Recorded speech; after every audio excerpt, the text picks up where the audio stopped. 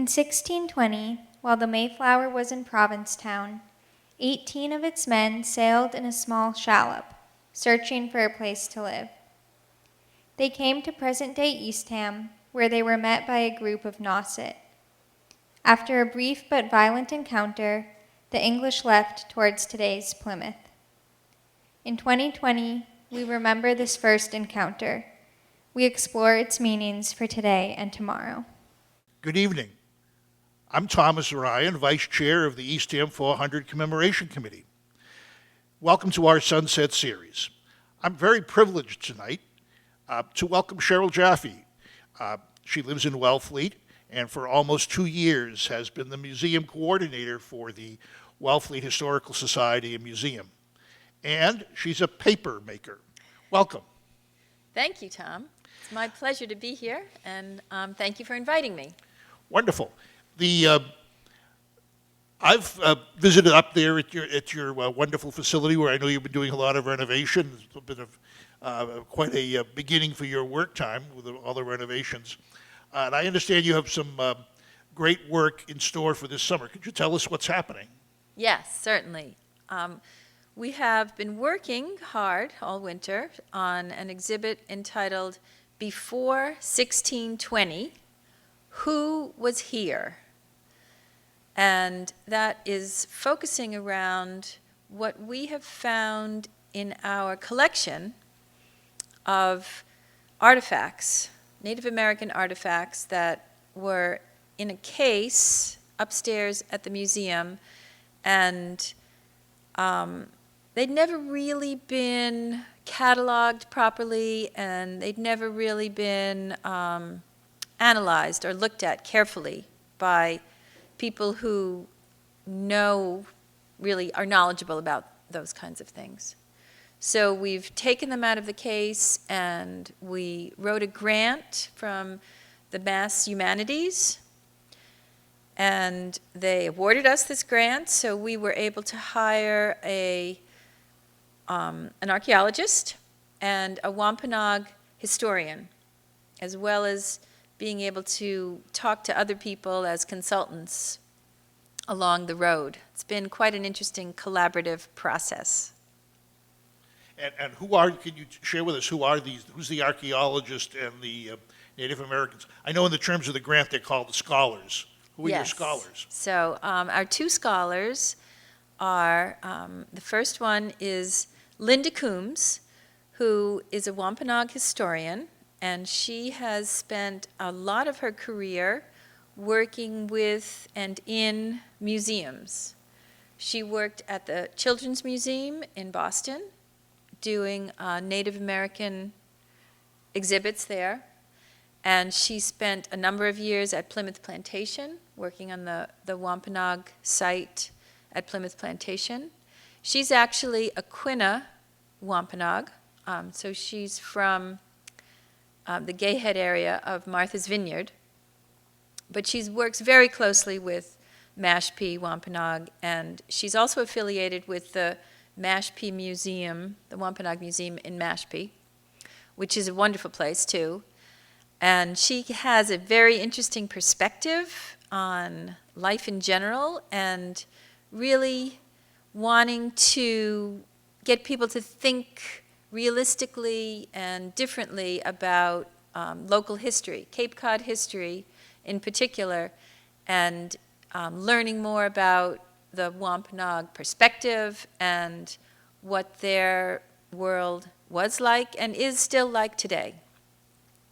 And our archaeologists, we were very lucky to find Eric Lott, who works for the Public Archaeology Lab, and he spent his early years growing up on the Cape, and his father was very interested in archaeology, was a amateur archaeologist, and he is a professional archaeologist, and he really knows his stuff. To have him come in and look at our artifacts and say, oh, this one is 10,000 years old, and these are very rare, or this is very interesting because of particular little marks that he's able to locate on the artifacts themselves, and say, look, this broke. I wonder how it broke. What were they doing? And then somebody else picked it up and turned it into a different kind of tool. And he's able to trace this through thousands of years, which is remarkable to us. We were very surprised to find that our collection houses things that are 3,000 years old, 7,000 years old, and 10,000 years old. So it's been a very exciting process for us at the Historical Society. I'm so happy that you have those, so that you've just found out that you have those. Because some of us have became aware over the last few decades, partly through the work of the Cape Cod National Seashore, about the millennia of the presence of Native Americans here where we live. As I often say, before Moses, they were here. So you were very lucky to get those two scholars. It's wonderful. And how has their work been going? Fantastic. It's been great. Other than having to wear a mask on occasion when we're working together, we've been able to work throughout this winter. It's a very unusual time that we're all living in. And it's been a collaborative process. We also have a very active exhibition committee at the Wellfleet Historical Society, and we meet regularly to discuss how we're going to display them and what we want to say about things.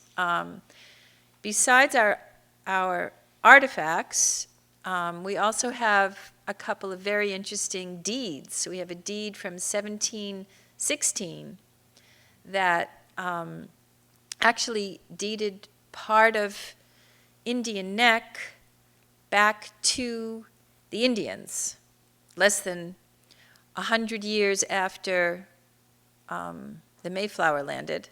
Here were the English now deeding land back to the Indians. Very, very interesting irony there.